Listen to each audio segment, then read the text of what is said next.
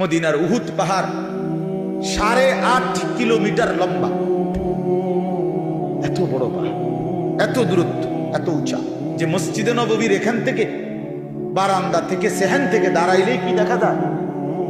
উহুদ পাহাড় দেখা যায়, প্রায় 4 কিলো 4.5 কিলো দূরে, কিন্তু এখান থেকে স্পষ্ট পাহাড় দেখা যায়, এতটা উঁচা।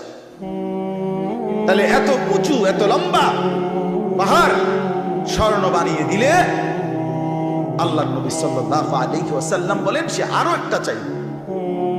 এরপরে নবী বলেন, শোনো বনি আদম, লান ইয়ামলাআ ফাহু ইল্লা তুরাব।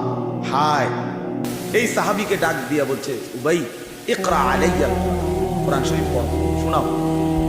তিনি বলেন, আমি শোনাবো আপনাকে? আমরাই তো শুনি আপনার সামনে আমি কোরআন পড়বো, এই সাহস তো আমার নাই। আল্লাহ নবী সাল্লাল্লাহু আলাইহি ওয়াসাল্লাম বললেন, আল্লাহ তাআলা তোমার নাম বলে আমাকে আদেশ করেছেন তোমার জবানে কোরআন। উনি 3 বার জিজ্ঞাসা এই কথাইটা, এরপরে আসাম